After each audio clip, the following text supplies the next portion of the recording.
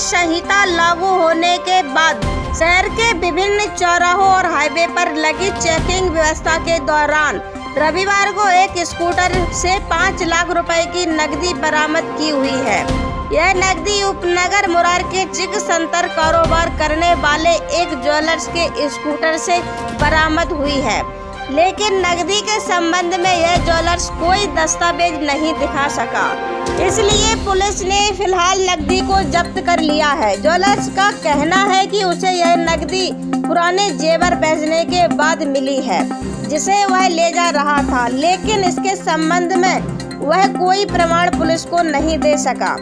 दरअसल चुनाव आचार संहिता लागू होने के बाद 50,000 रुपए से ज्यादा की नकदी लाने और ले जाने पर रोक है। इसे लेकर पुलिस के साथ ही इनकम टैक्स और अन्य अधिकारियों द्वारा वाहनों को चेक किया जा रहा है। इसी दौरान रविवार को स्थानीय नदी गेट पर आ रही एक एक्टिवा स्कूटर को रोका गया, जिसमें डिग्गी में रखे हुए 5 लाख रुपए मिले। पुलिस ज्वेलर्स की सफाई से संतुष्ट नहीं हुई। इसके बाद वरिष्ठ अधिकारियों को इसकी जानकारी दी गई। फिलहाल यह मामला आयकर और विक्रय कर के हवाले कर दिया गया है और ज्वेलर्स के कथन की जांच की जा रही है। ग्वालियर से चंबल ब्रेकिंग के लिए गिरिराज रजक की खास रिपोर्ट।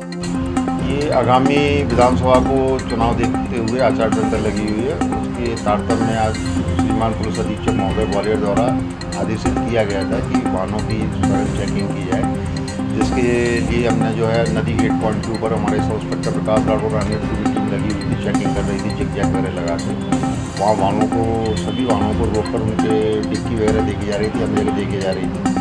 एक एक्टिवा गाड़ी थी जिसको भी चेक किया गया तो उसकी डिक्की में 5 लाख रुपये मिले। उससे जब 5 लाख रुपये में बताया तो उसने कहा कि मेरी चक संतर मुरार में सोनी की दुकान है हमारे, और मैंने किसी को कोई जेवरात बेची तो उसका पेमेंट लेके मैं 5 लाख आ रहा था।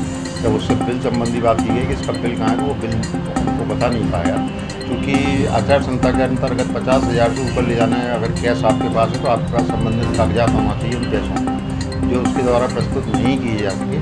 इसलिए आचार संहिता को ध्यान में रखते हुए हमारे द्वारा उन 5 लाख रुपये को जब्त किया गया है और अग्रिम कार्रवाई जो डीजीसी कमेटी हमारी रहती है उसके द्वारा जो भी निर्णय किया जाएगा उसके आधार पर अगली कार्रवाई की जाएगी। हाँ जी, चुनाव आयोग को सूचना जाती है वो हमारे वरिष्ठ अधिकारियों द्वारा जिला स्तर पर पुलिस अधीक्षक महोदय के द्वारा जो है वो कर दी जाती है सूचना, जो LOR जाती है उसके अंतर्गत